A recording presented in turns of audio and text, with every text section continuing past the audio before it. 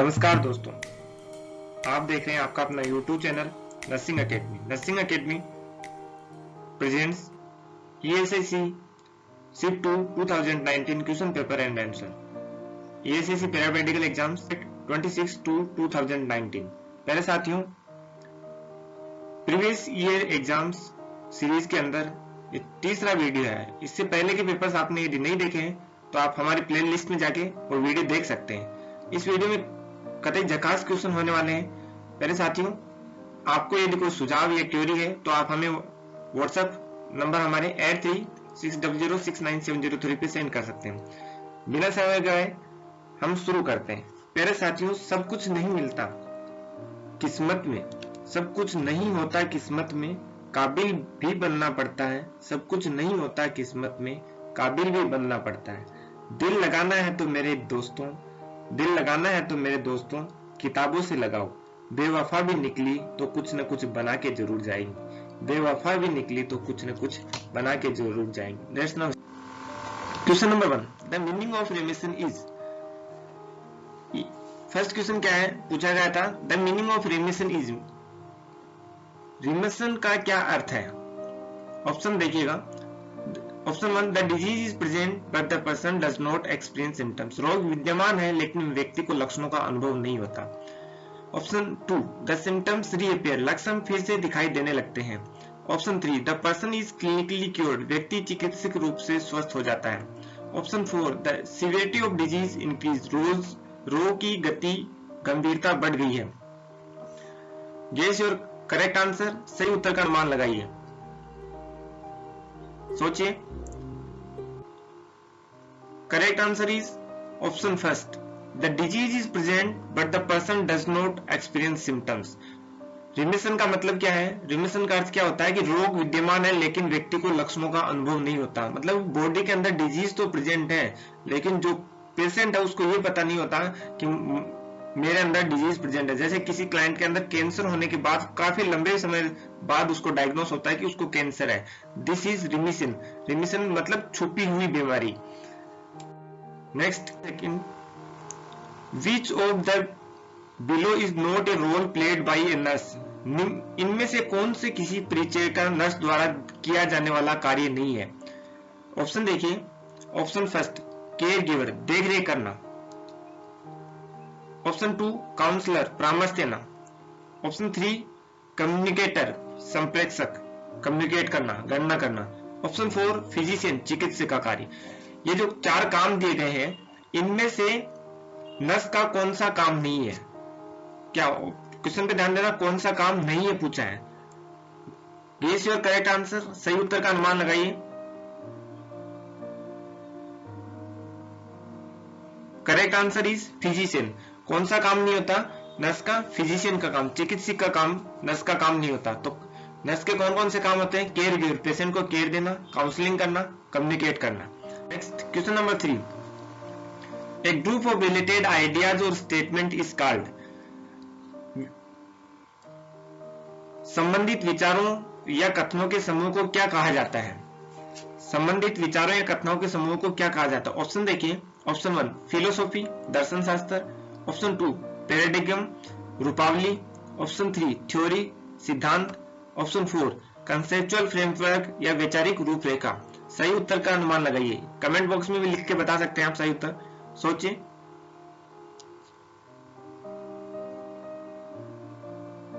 Correct answer is option 4, conceptual framework. विचारों या कथनों के समूह को क्या कहा जाता है। विचारों या कथनों के समूह को कंसेप्चुअल फ्रेमवर्क या वैचारिक रूपरेखा, या फिर the group of related ideas और statement is called conceptual framework. Question number 4, which of the below is an example of unintentional टॉट। निम्नलिखित में से कौन सा अनजाने में हुई यातना का एक उदाहरण है। अनइंटेंशनल टॉट का मतलब है कि अनजाने में हुई गलती। इंटेंशनल का मतलब जानबूझ के किया गया का एग्जांपल है। ऑप्शन देखिए। Negligence. Option 2, defamation. Option 3, assault. Option 4, invasion of privacy, गोपनीयता पर हमला। Guess your correct answer. Correct answer is option first, negligence. Unintentional टोट, अनजाने में हुई यातना को क्या बोलते हैं? नेग्लिजेंसी, उपेक्षा। Next question number 5, the professional value of nursing that describe the right to self determination is called. परिचर्या के उस पेशेवर महत्व को क्या कहते हैं जो आत्मनिर्णय के अधिकार का वर्णन करता है? ऑप्शन 1 अल्ट्रुइज्म, परोपकारिता। ऑप्शन 2 ऑटोनॉमी, स्वायत्तता। ऑप्शन 3 डिग्निटी, गरिमा। ऑप्शन 4 इंटीग्रिटी, अखंडता। सही उत्तर का जवाब सोचिए। ये is your correct answer. Correct answer is option 2 autonomy. The professional value of nursing that describe the right of self determination, मतलब आत्मनिर्भरता, आत्म निर्धारण को क्या कहते हैं? आत्म निर्धारण, सेल्फ डिटर्मिनेशन। नर्सिंग का के पैसे का वो महत्व जो उसको आत्म निर्णय या सेल्फ निर्णय लेने का अधिकार देता है। ऑटोनॉमी, स्वायत्तता। किससे क्या बोलेंगे? स्वायत्तता है ऑटोनॉमी, मतलब नर्स को खुद के निर्णय लेने का कि पेशेंट को किस प्रकार से केयर देना है, क्या केयर देना है। ये उसका जो पेशा है, उसका प्रोफेशन है, ये ऑटोनॉमी या स्वायत्तता के अंडर में उसको सेल्फ डिटर्मिनेशन, आत्म निर्णय लेने का अधिकार देता है। Next question number 6, the term veracity in the context of nursing value refer to. परिचय नर्सिंग मूल्यों के संदर्भ में शब्द स्वायत्तता का क्या अर्थ है? मतलब वेरासिटी का क्या मतलब है? नर्सिंग से रिलेटेड नर्सिंग व्यू के अंदर वेरासिटी का क्या मतलब है? ऑप्शन देखिए, being answerable for one's action, किसी व्यक्ति के कार्यों के लिए जवाबदेह होना। Option 2 being faithful to agreement, समझौतों के प्रति भरोसेमंद होना। ऑप्शन 3 टेलिंग द ट्रूथ, सत्य बोलना। Option 4 being fair and just, उचित और न्यायपूर्ण होना। तो वेरासिटी का यहाँ पे क्या मतलब है? करेक्ट आंसर का अनुमान लगाइए। Correct answer is telling the truth. Veracity का मतलब है कि किसी भी क्लाइंट या किसी भी पेशेंट को सत्यता बताना कि कौन सी दवाई कब लेनी है, या कोई गलती तो नहीं हुई है, कौन सा ट्रीटमेंट कब लेना है, मतलब एक्यूरेट जवाब देना। Telling the truth is known as the veracity. Nursing से संबंधित वेरासिटी का मतलब है कि क्लाइंट को सत्य बताना, telling the truth. Question number 7, which of the below is not A part of the nursing profession of planning. इनमें से कौन सा नियोजन की परिचर्या प्रक्रिया का एक भाग नहीं है? मतलब नर्सिंग के अंदर प्लानिंग का पार्ट, कौन सा ऑप्शन प्लानिंग के अंदर में नहीं आएगा? ऑप्शन देखिए, option 1 prioritising problems and diagnosis, समस्याओं निदानों को प्राथमिकता देना। Option 2 formulating goals directed outcomes, लक्ष्य एवं मनपसंद परिणामों को निरूपण करना। ऑप्शन 3 सुपरवाइजिंग डेलीगेटेड केयर, सौंपे गए कार्यों का देखभाल करके निगरानी करना। Option 4 writing nursing intervention, nursing acceptance लिखना या नर्सिंग एक्शंस या इंटरवेंशन लिखना। Guess the correct answer. Correct answer is option 3 supervising delegated care. Planning के अंदर सुपरवाइजिंग डेलीगेटेड केयर, सौंपे गए कार्यों का निर्धारण करना प्लानिंग के अंदर नहीं आता। प्लानिंग के अंदर क्या क्या आएगा? Prioritising problem and diagnosis, diagnosis और प्रॉब्लम को प्रायोरिटी देना। Formulating goals describe outcome and writing nursing intervention is come under the planning. Nursing process की प्लानिंग फेज में कौन कौन से कार्य आते हैं? क्वेश्चन में पूछा है कि कौन सा कार्य नहीं आता, तो कौन कौन से कार्य आते हैं? प्रॉब्लम और डायग्नोसिस को प्रायोरिटी देना, गोल का निर्धारण करना और इंटरवेंशन देना। सुपरवाइजिंग डेलीगेटेड के जो कार्य दिए गए हों उनको सुपरवाइज करना नर्सिंग प्रोसेस की प्लानिंग फेज में नहीं आता है।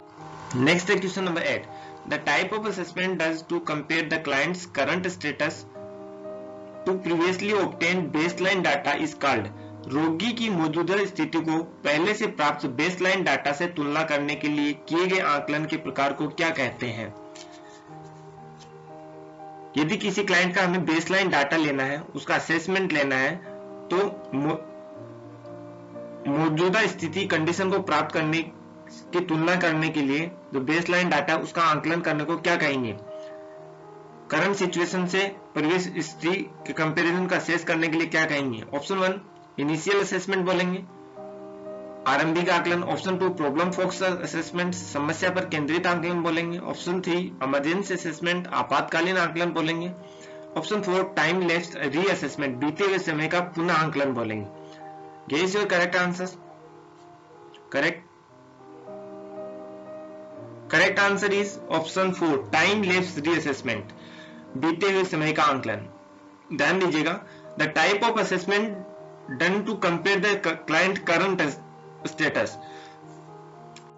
क्लाइंट का करंट स्टेटस है, उसको इस पुराने वाले स्टेटस से कंपेयर करना है, तो इस प्रकार के असेसमेंट को हम क्या बोलते हैं? टाइम लैप्स रीअसेसमेंट, बीते समय का आकलन। हिस्ट्री को क्या प्रेजेंट स्टेटस से compare. Next question number 9, among the following the task that does not require a registered nurse but can be delegated to the home health. निम्न में से ऐसा कौन सा कार्य है जिसके लिए रजिस्टर्ड नर्स का होना जरूरी नहीं है? होम हेल्थ या होम पे भी डेलीगेट किया जा सकता है, मतलब काम किया जा सकता है। निम्नलिखित में से कौन सा कार्य है जिसके लिए किसी पंजीकृत परिचारिका की आवश्यकता नहीं होती बल्कि उसे घरेलू स्वास्थ्य सहयोगी से भी करवाया जा सकता है? Option 1 feeding and bathing the client, रोगी को खाना खिलाना और नहलाना। Option 2 teaching the client about medication, दवाइयों के बारे में रोगी को बताना। Option 3 assessing wound healing progress, घाव भरने की प्रक्रिया का आंकलन करना। Option 4 adjusting oxygen flow, oxygen के प्रवाह को समायोजित करना। तो निम्न में से कौन से चारों में से वो काम है जिसके लिए रजिस्टर्ड नर्स की जरूरत नहीं होती, घर पे भी किया जा सकता है? Guess your correct answer. Correct answer is option 1 feeding and bathing the client, रोगी को खाना खिलाना और नहलाना एक ऐसा कार्य है जो घर पे भी किया जा सकता है, उसके लिए रजिस्टर्ड नर्स की आवश्यकता नहीं थी। बाकी के काम teaching the client about medication, assessing wound healing process and adjusting oxygen flow, ये 3 काम ऐसे हैं जिसके लिए रजिस्टर वेल क्वालिफाइड नर्स की आवश्यकता होती है। Number 10 in the diagnostic statement excess fluid volume related to decreased venous return as manifested by lower extremity edema swelling, the etiology of this problem। एक डायग्नोस्टिक स्टेटमेंट दिया गया है। Statement क्या है? Excess fluid volume related to, मतलब client का fluid volume excess है, किससे रिलेटेड है? Decrease venous return as manifested by lower extremity oedema, किससे संबंधित है? वेनस रिटर्न कम होने से संबंधित है और उसके कारण क्या हो रहा है? लोअर एक्सट्रीमिटी में एडिमा हो रहा है।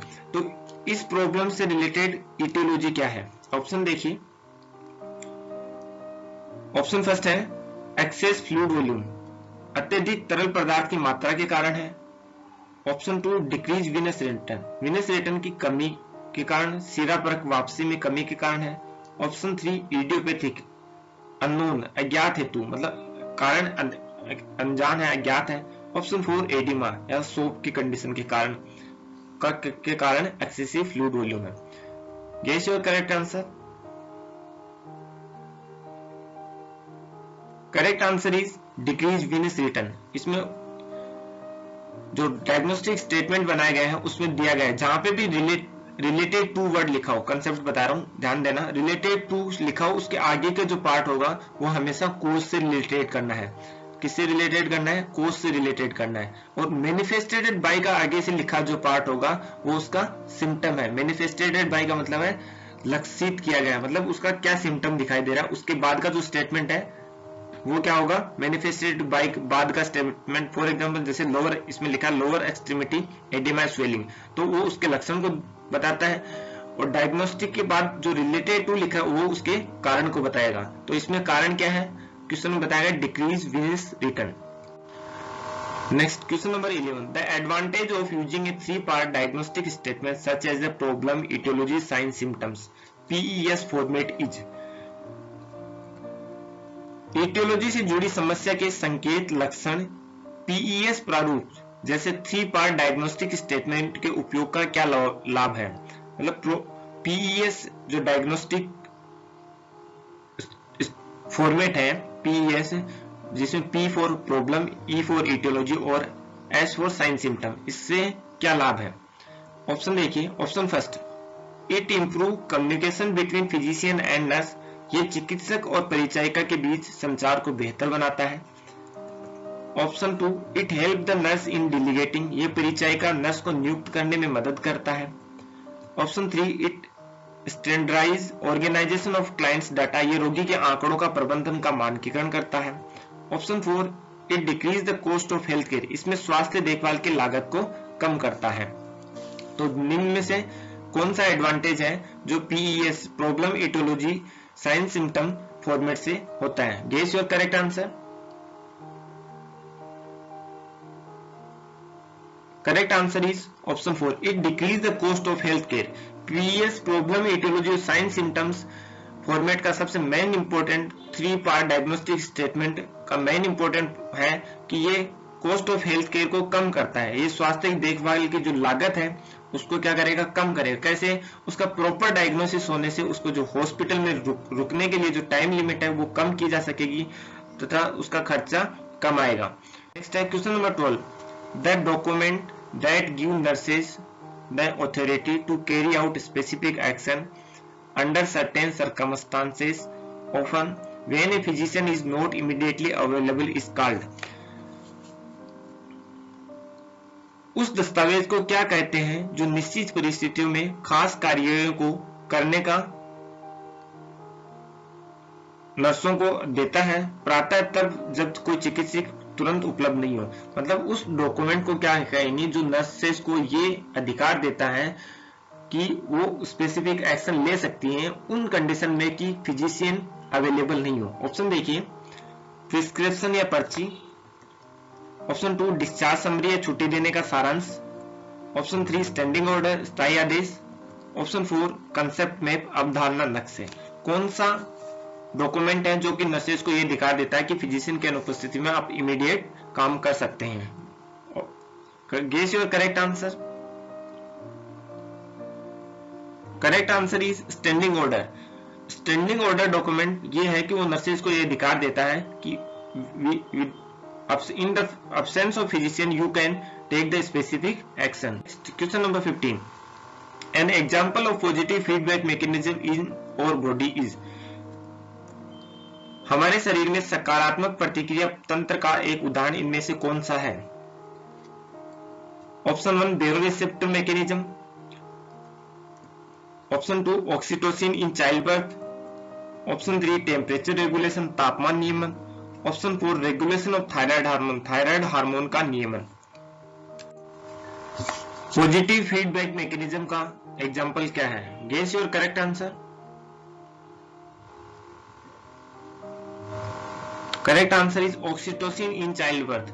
संतान प्रसव में ऑक्सीटोसिन का यूज होता है, जो ऑक्सीटोसिन का यूज होता है, that is the example of positive feedback mechanism. मेरे प्यारे साथियों, बहुत ही मजेदार झक्कास क्वेश्चन होने वाले हैं। पूरा वीडियो देखिए, बहुत ही मजा आने वाला है।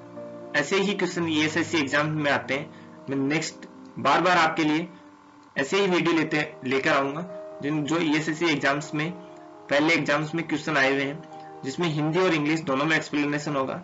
आपने अभी तक सब्सक्राइब नहीं किया है तो सब्सक्राइब कर लीजिए तथा अपने दोस्तों को भी बताइए ताकि ज्यादा से ज्यादा फायदा ले सके। Question number 14, a plane that passes through the mid line of the body and divide it into equal right and left side is called. उस प्लेन को क्या कहते हैं जो शरीर की मध्य रेखा से गुजरता है और उसे बराबर दाएं और बाएं हिस्सों में विभाजित करता है? ऑप्शन देखिए, option one, coronal plane. Option two, oblique plane. Option three, mid sagittal plane. Option four, parasagittal plane. Guess your correct answer. Correct answer is option three, mid sagittal plane. Question में देखे, divide into equal right. Equal right का मतलब बीच में से, left side and right side, that is mid sagittal plane. यदि equal की बात करें तो कौन सा प्लेन आएगा? Mid sagittal plane. क्वेश्चन देखिए, the organ that does not lie in the pelvic cavity. निम्नलिखित में से कौन सा अंग है जो श्रोणि गुहा पेल्विक कैविटी में स्थित नहीं होता है। ऑप्शन 1 यूरिनरी ब्लैडर मूत्राशय, ऑप्शन 2 फैलोपियन ट्यूब गर्भाशय नाल, ऑप्शन 3 ट्रांसवर्स कोलन अनुप्रस्थ स्थूलांतर, ऑप्शन 4 रेक्टम। निम्न में से कौन सा ऑर्गन पेल्विक कैविटी में नहीं रहता? Guess your correct answer. Correct answer is option 3 transverse colon. Transverse colon किसमें रहता है? एब्डोमिनल कैविटी में। बाकी organ urinary bladder, fallopian tube, rectum कहां पे पाए जाते हैं? कौन से कैविटी में पाए जाते हैं? कैविटी में। Next question number 16 proton pump in stomach is an example for. पेट में प्रोटॉन पंप निम्न में से किसका उदाहरण है? ऑप्शन 1 प्राइमरी एक्टिव ट्रांसपोर्ट प्राथमिक सक्रिय परिवहन का, ऑप्शन 2 सेकेंडरी एक्टिव ट्रांसपोर्ट द्वितीय सक्रिय परिवहन का, ऑप्शन 3 सिंपल डिफ्यूजन सरल प्रसार का, ऑप्शन 4 फैसिलिटेटेड डिफ्यूजन सुविधाजनक प्रसार का। निम्न में से प्रोटॉन पंप किस प्रकार के किसका एग्जाम्पल है? स्टोमक के अंदर प्रोटॉन पंप किसका एग्जाम्पल है? Guess your correct answer. Correct answer is option 1 primary active transport प्राथमिक सक्रिय परिवहन का। मतलब स्टोमक के अंदर जो प्रोटॉन पंप होते हैं वो जो काम करते हैं वो किसका एग्जांपल है? Primary active transport. Next question number 17 among the following the bone that belong to the axial skeletal. निम्न में से कौन सी बोन है जो कि एक्सल स्केलेटल से संबंधित है? इनमें से किस अस्थि का संबंध एक्सीय अस्थिपंजर से है? ऑप्शन 1 पटेला से, option 2 humerus, option 3 hyoid bone, option 4 tarsals. Guess your correct answer. निम्न में से कौन सी बोन एक्सल स्केलेटल में आएगी?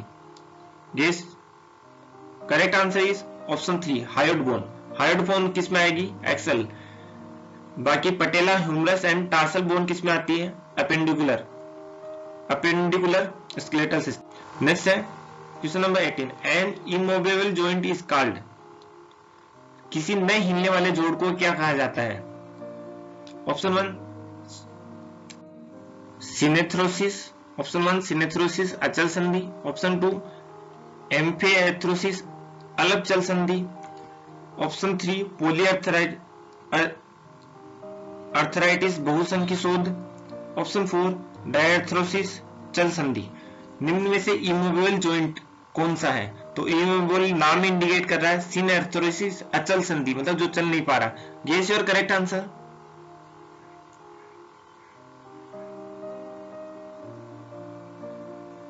Correct answer is option 1 synarthrosis या अचल संधि। इमूवेबल अचल मतलब जो चल नहीं पा रहा। Question number 19 which of the below is the true statement about H zone of the sarcomere. इनमें से कौन सा सार्कोमेर के एज जोन के लिए सही कथन है? सार्कोमेर के एज जोन के लिए सही कथन कौन सा है? ऑप्शन देखिए। Option 1 it contain thin filament only, इनमें से केवल पतले तंतु होते हैं। Option 2 it contain thick filament only, इनमें केवल मोटे तंतु होते हैं। Option 3 it contain thick and thin filament lying side by, इनमें से मोटे और पतले दोनों तंतु अगल बगल में होते हैं। Option 4 it is devoid of thick और थिन फिलामेंट, इनमें मोटे या पतले तंतु नहीं होते हैं। Guess your correct answer. Sarcomere के एज जोन में ओनली थिक फिलामेंट होते हैं। इन सार्कोमेर के एज जोन में कौन से फिलामेंट पाए जाते हैं? It contain thick filament only, इनमें से केवल मोटे तंतु पाए जाते हैं। सार्कोमेर के एज जोन में केवल मोटे तंतु पाए जाते हैं। Question number 20 tropomyosin is in the muscles fibre is a protein. Tropomyosin muscles fibre में किस प्रकार का प्रोटीन है? पेशी तंतु में ट्रिप्टोमाइसिन एक प्रोटीन है। कौन से प्रकार का प्रोटीन? ऑप्शन देखिए। 1 contractile protein, option 2 structural protein, option 3 anchoring protein, option 4 regulatory नियामक protein. Guess your correct answer. Correct answer is option 4 regulatory protein. Muscles fibre के अंदर ट्रिप्टोमाइसिन रेगुलेटरी प्रोटीन का काम करता है। किसका काम करता है? Regulatory protein. Next question number 21 depolarisation in a nerve action potential is due to. तंत्रिका क्रिया क्षमता में विध्रुवण किस वजह से होता है? नर्व या तंत्रिका के अंदर डीपोलराइजेशन या विध्रुवण किसके कारण होता है? ऑप्शन देखिए, option 1 opening of sodium channels, sodium channel के खुलने की वजह से। Option 2 opening of potassium channel, potassium channel के खुलने की वजह से। Option 3 closing of sodium channel, sodium channel के बंद होने की वजह से। Option 4 opening of calcium channel, calcium channel के खुलने की वजह से। Guess your correct answer.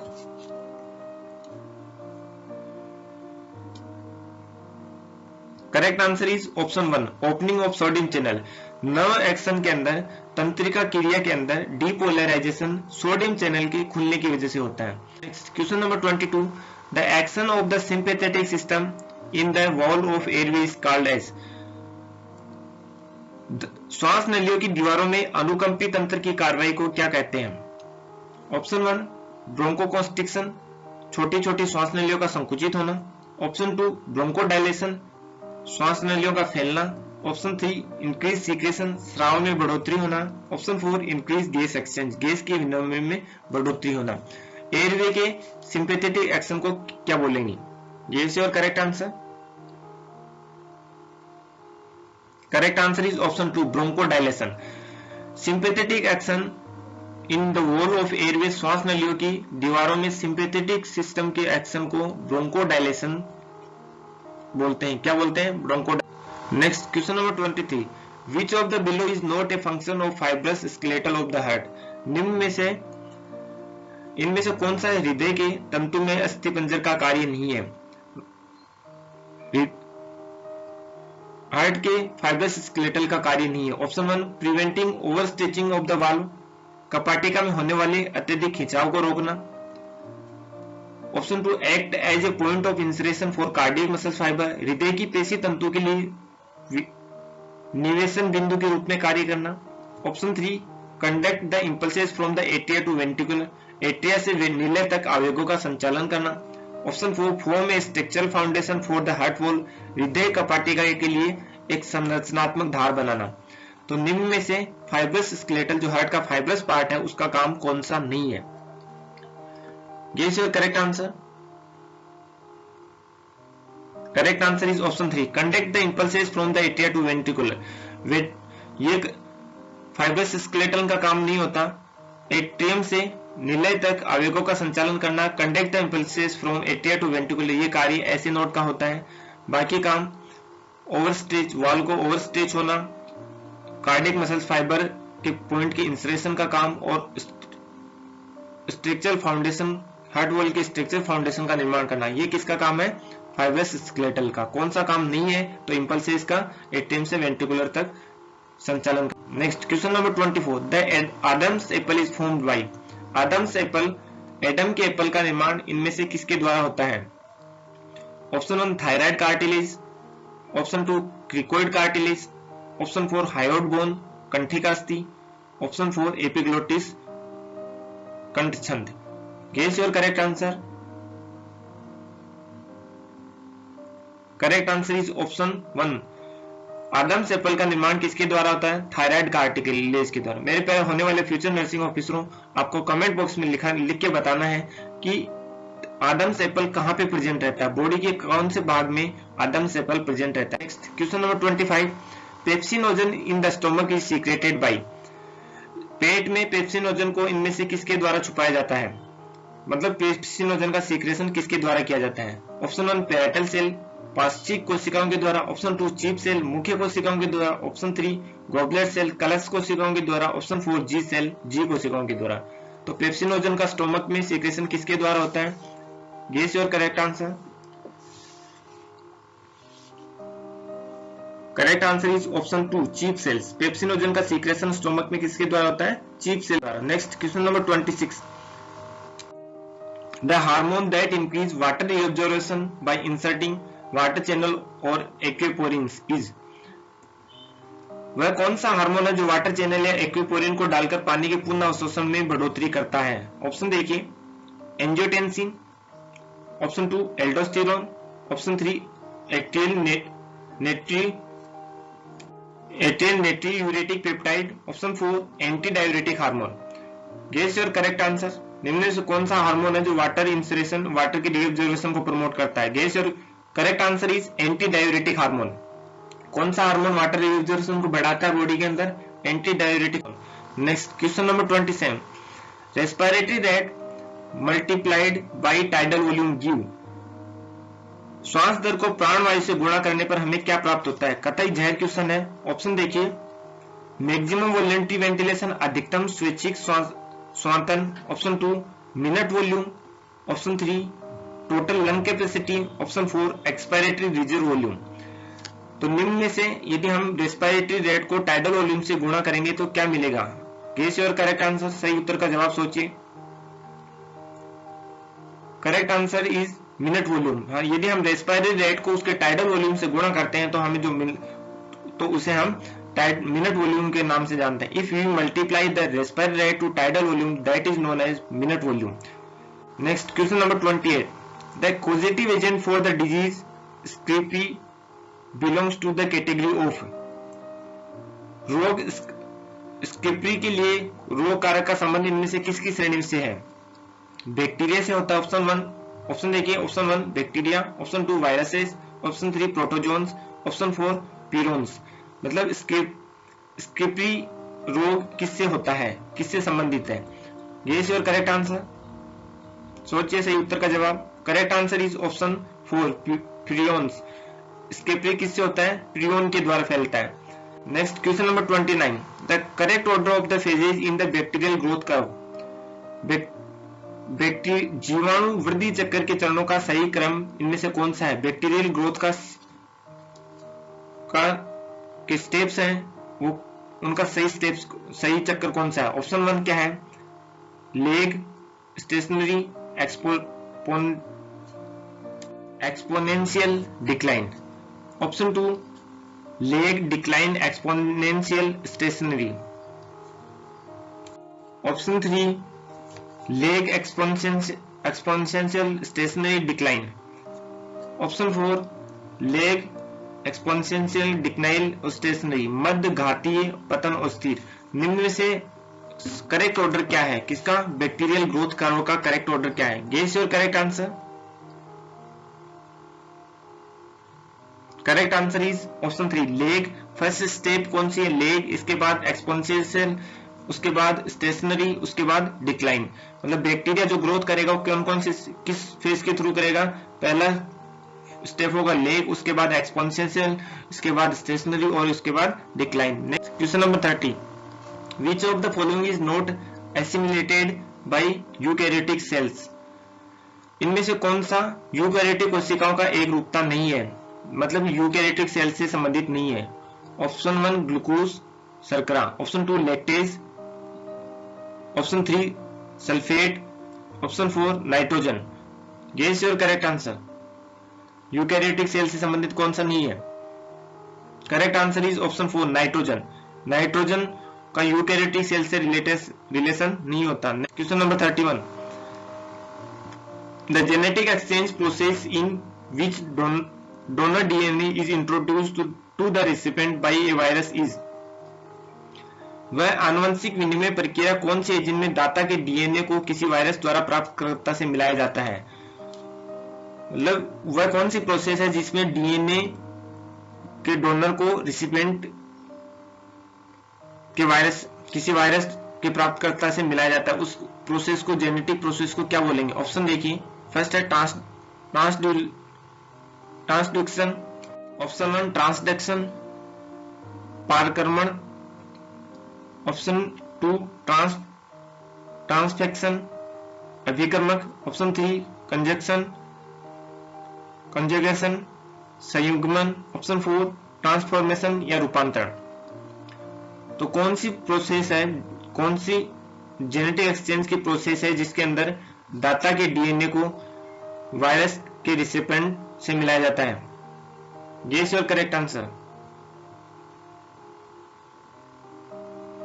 Correct answer is transduction. Transduction process के द्वारा डोनर के डीएनए को रेसिपिएंट के वायरस से मिलाया जाता है। किसी वायरस द्वारा जो डीएनए है उससे मिलाया जाता है। ये एक जेनेटिक एक्सचेंज प्रोसेस होती है। Next question number 32, a cell that take part in innate immunity by a killing virus infected cell is। उस कोशिका को क्या कहते हैं जो वायरस से संक्रमित कोशिकाओं को समाप्त करके जन्मजात प्रतिरक्षा में भाग लेती है? इनेट इम्यूनिटी का मतलब है जन्मजात प्रतिरक्षा। Option 1 NK sales, option 2 macrophage, option 3 neutrophils, option 4 T cells. मतलब इनमें से कौन सी सेल्स है जो बॉडी हमें इन्फेक्शन से लड़ने के लिए इनेट इम्यूनिटी या जन्मजात प्रतिरक्षकता प्रदान करती है या पार्टिसिपेट करती है? Guess your correct answer. Correct answer is option 1 NK cells. NK cells, NK कोशिका इनेट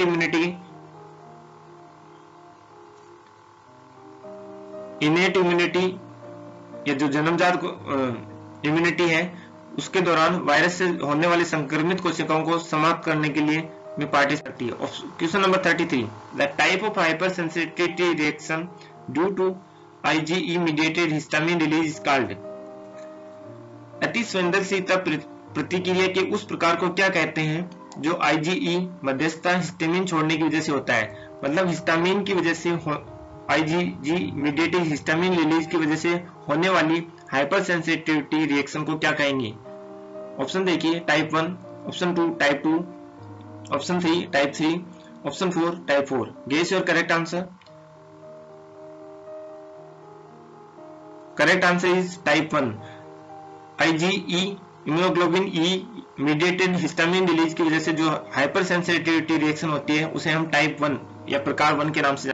question number 34, the microorganism that is usually part of the normal vaginal flora but can cause meningitis in newborn is. उस सूक्ष्म जीव को क्या कहते हैं जो आमतौर पर सामान्य आवरण संबंधित वनस्पति समूह का एक हिस्सा होता है? मतलब लेकिन नवजात शिशुओं में मस्तिष्कावरण शोध मेनिंजाइटिस की वजह बन जाता है। मतलब वह कौन सा माइक्रो ऑर्गेनिज्म है जो कि नॉर्मली वेजाइनल फ्लोरा या फीमेल के वेजाइना में पाया जाता है बट न्यूबॉर्न के लिए वो मेनिंजाइटिस कोज करता है? ऑप्शन देखिए, option 1 staphylococcus epidermidis, option 2 group B streptococci, option 3 corynebacterium species, option 4 candida albicans. निम्न में से कौन सा जो नॉर्मली वेजाइना में प्रेजेंट रहता है बट बच्चे के अंदर मेनिंजाइटिस कोज कर सकता है? Guess your correct answer. सही उत्तर का अनुमान सोचिए। Correct answer is option 2 group B streptococci is normally present in vaginal flora but can cause the meningitis. बच्चे के अंदर मेनिंजाइटिस फैला सकता है बट नॉर्मली वेजाइनल फ्लोरा के अंदर प्रेजेंट रहता है। Question number 35, bacillus serious food poisoning is commonly associated with the consumption of. Bacillus serious food poisoning आमतौर पर इनमें से किसके सेवन से जुड़ा होता है? ऑप्शन देखिए, ऑप्शन 1 ग्रीन बीन्स हरी सेम के कारण, ऑप्शन 2 फ्राइड राइस तला भुना हुआ चावल खाने के कारण, ऑप्शन 3 बेक्ड पोटैटो सेका हुआ आलू खाने के कारण, ऑप्शन 4 बोतल हनी बोतल बंद शहद के कारण। बेसिलस सीरस का कारण क्या है? बेसिलस सीरस फूड पॉइजनिंग का कारण क्या है? Guess your correct answer. सही उत्तर का जवाब सोचिए। Correct answer is fried rice. मेरे प्यारे दोस्तों, होने वाले फ्यूचर नर्सिंग ऑफिसरों बड़े मजेदार क्वेश्चन है। ये ऐसे एग्जाम्स में क्वेश्चन पूछे हुए, आप वीडियो को कंप्लीट तक देखिए, बहुत ही अच्छे क्वेश्चन आ रहे हैं। Question number 36, the term MRSA is in bacteriology stand for. जीवाणु विज्ञान में शब्द MRSA का पूर्ण रूप क्या है? मतलब MRSA का फुल फॉर्म क्या है? ऑप्शन देखिए, option 1 multi drug resistance staphylococcus aureus, option 2 methicillin resistant streptococcus anginosus, option 3 methicillin resistant streptococcus aureus, option 4 methicillin reactive staphylococcus aureus. ये है इनमें से MRSA का करेक्ट सही फुल फॉर्म क्या है? Guess your correct answer. Important question है, काफी बार एग्जाम्स में रिपीट हुआ है। Correct answer is methicillin resistant streptococcus aureus. MRSA का फुल फॉर्म क्या होता है? Methicillin resistant streptococcus aureus. Next question number 37, the genera that need pyridoxal for growth is. The genera that need pyridoxal for growth is. उस वंश genera को क्या कहते हैं जिसके विकास के लिए पायरिडोक्सिकल पायरिडोक्सल की आवश्यकता होती है, उस वंश जेनेरा को क्या कहते हैं जिसके विकास के लिए पायरिडोक्सल की आवश्यकता होती है? ऑप्शन देखिए, option 1 pediococcus, option 2 granulicatella, option 3 aerococcus, option 4 enterococcus. Guess your correct answer.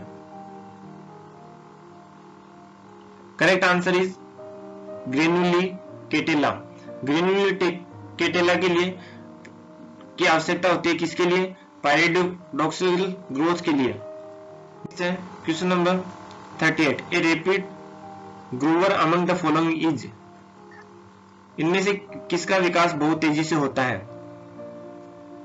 Option देखिए, option 1 mycobacterium avium, option 2 mycobacterium gordonae, option 3 mycobacterium abscessus, option 4 mycobacterium bovis. इनमें से सबसे तेजी से विकास किसका होता है? Guess your correct answer. Correct answer is option 3 mycobacterium abscessus का विकास इन चारों में से सबसे तेजी से होता है। किसका? एब्सेसस, मतलब वो एब्सेस नहीं रहेगा, बढ़ता ही जाएगा, एब्सेस की तरह बढ़ता जाएगा। नेक्स्ट है question number 39, scrub typhus is caused by, scrub typhus किसकी वजह से होता है? ऑप्शन देखिए, option 1 rickettsia typhi, option 2 rickettsia prowazekii, option 3 rickettsia akari, option 4 orientia tsutsugamushi, orientia tsutsugamushi. Guess your correct answer. Scrub typhus किसकी वजह से होता है? सही उत्तर का जवाब सोचिए, स्कर्व थाइपस किसकी वजह से होगा? थाइपी की वजह से। T4T याद रख लेंगे। Next question, question number 40, the group at the increase risk for herpes zoster is, वह कौन सा समूह है जिस पर हर्पीज जोस्टर का जोखिम अधिक होता है?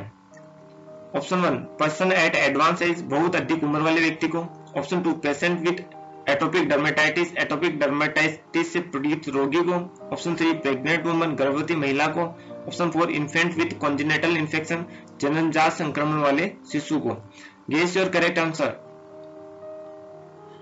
Correct answer is option 1 person at advance stage. Herpes zoster का किसको चांसेस ज्यादा होते हैं? एडवांस एज वाले पर्सन को हर्पीज जोस्टर होने की संभावनाएं ज्यादा हैं। Next question number 41, pseudo hyphae are seen in, pseudo hyphae इनमें से किस में देखा जाता है? ऑप्शन देखिए, penicillium, option 2 Candida, option 3 Aspergillus, option 4 Mucor. इनमें सूडो हाइपी किस में पाया जाता है या किसकी ग्रोथ में देखने को मिलता है? किसकी? Guess your correct answer. Correct answer is option 2 Candida. किस में देखने को मिलेगा? कैंडिडा, कैंडिड एल्बिकेंस में सूडो हाइपी देखा जाता है। Next number 42, the test use for the diagnosis of trichomoniasis, trichomoniasis के निदान के लिए उपयोग में लिए जाने वाला टेस्ट इनमें से कौन सा है? Option 1 ova and parasitic faecal smear, option 2 specific serological test, option 3 wet amount of vaginal fluid, योनि द्रव्य का गीलापन, option 4 enzyme linked immunoassay test for serum. Guess your correct answer. Trichomoniasis के निदान के लिए कौन सा टेस्ट काम में लिया जाता है? Correct answer wet amount of vaginal fluid, योनि द्रव्य का गीलापन, क्योंकि ये वेजाइना की होने वाली फीमेल्स में ट्राइकोमोनास डिजीज, ट्राइकोमोनेसिस के निदान के लिए, निदान का मतलब है डायग्नोसिस के लिए किसको, जो योनि का है, योनि द्रव्य है, उसको काम में लिया जाता है। किसको काम में लिया जाता है? योनि द्रव्य या योनि से निकलने वाला लिक्विड को ट्राइकोमोनेसिस के डायग्नोसिस के लिए काम में लेते हैं। Next question number 43, when a person's blood pressure drop the kidney respond by, जब किसी व्यक्ति का रक्तचाप कम हो जाता है तो गुर्दे किस प्रकार की प्रतिक्रिया देते हैं? ऑप्शन 1 ऑप्शन देखिए सीक्रेटिंग रेनिन, रेनिन को स्रावित करने लग जाते हैं, ऑप्शन 2 प्रोड्यूसिंग एल्डोस्टेरोन, एल्डोस्टेरोन का निर्माण करके, option 3 slowing the release of ADH, ADH की मुक्ति को धीमा करके, ऑप्शन 4 इंक्रीजिंग यूरिन आउटपुट, मूत्र उत्पादन में वृद्धि करके। यदि बीपी कम होता है तो किडनी कैसे रेस्पॉन्ड करेंगी, कैसे काम करेंगी, क्या रेस्पॉन्स देंगे? Guess your correct answer. Correct answer is option 1 renin का सीक्रेशन करके, ताकि बीपी बढ़ जाए और फ्लूइड बॉडी के अंदर रहे, बॉडी एक्यूमुलेट हो, बाहर कम निकले, इसलिए सीक्रेटिंग रेनिन, रेनिन का रेनिन को स्रावित करके वापस बीपी का नॉर्मल लाने में सहयोग करें। Next question number 44, which of the below is not a sign of respiratory distress? इनमें से कौन सा श्वास संबंधी कठिनाई का एक प्रकार नहीं है? ऑप्शन देखिए, option 1 cyanosis, option 2 nasal flaring, option 3 changing of posture to ease breathing, सांस लेने में आसानी के लिए मुद्रा, ऑप्शन 4 स्पीकिंग कंप्लीट सेंटेंसेस, पूर्ण वाक्य का बोलना। निम्न में से कौन सा रेस्पिरेटरी डिस्ट्रेस का उदाहरण या प्रकार नहीं है? Guess your correct answer. Correct answer क्या है? Correct answer is option 4 speaking complete sentences. पूरा शब्द वाक्य नहीं बोल पाना, ये इसका रेस्पिरेटरी डिस्ट्रेस से कोई लेना देना नहीं है। रेस्पिरेटरी डिस्ट्रेस के अंदर साइनोसिस, नेजल फ्लेयरिंग और पोजीशन चेंज करना ताकि वो लंग एक्सपेंड होकर सांस आसानी से ले पाए। Next question number 45, a non opioid analgesic of the below is? नीचे का नॉन ओपियोइड एनाल्जेसिक इनमें से कौन सा है? ऑप्शन देखिए, option 1 buprenorphine, option 2 naproxen, option 3 butorphanol, butorphanol, option 4 pentazocine. निम्न में से नॉन ओपियोइड एनाल्जेसिक कौन सा है? Guess your correct answer. Correct answer is option 2 naproxen non opioid analgesic के अंदर आता है। Next question number 46, the surgical intervention for a pain management which involve cutting a nerve root to relieve pain is called? दर्द प्रबंधन के लिए उस surgery संबंधी हस्तक्षेप को क्या कहते हैं जिनमें दर्द से राहत पहुंचाने के लिए नस के आगे के भाग को काटा जाता है? मतलब पेन मैनेजमेंट के लिए वो सर्जिकल इंटरवेंशन क्या कहलाता है जिसमें दर्द को कम करने के लिए नर्व रूट के आगे के भाग को काट दिया जाता है? ऑप्शन देखिए, ऑप्शन 1 कोर्डोक्टोमी, मेरू रज्जु छेदन, option 2 radio frequency ablation, option 3 cryoanalgesia, option 4 rhizotomy. Guess your correct answer. Correct answer is option 4 rhizotomy. Rhizotomy के द्वारा यदि कोई क्लाइंट जिसको बहुत पेन हो रहा है तो उसको नर्व रूट है, उसके नर्व रूट को क्या कर दिया जाता है? कट किया जाता है, जिसे हम राइजोटोमी बोलते हैं, ताकि उस पेन का सेंसेशन, पेन का फीलिंग उसको कम आए। Next question number 47, in a patient taking high dose of acetaminophen over a prolonged period the parameter to be monitor regularly in? एक पेशेंट है जो पीसीएम बहुत ज्यादा लंबे समय से ले रहा है, उसको कौन सा पैरामीटर मॉनिटर करना चाहिए?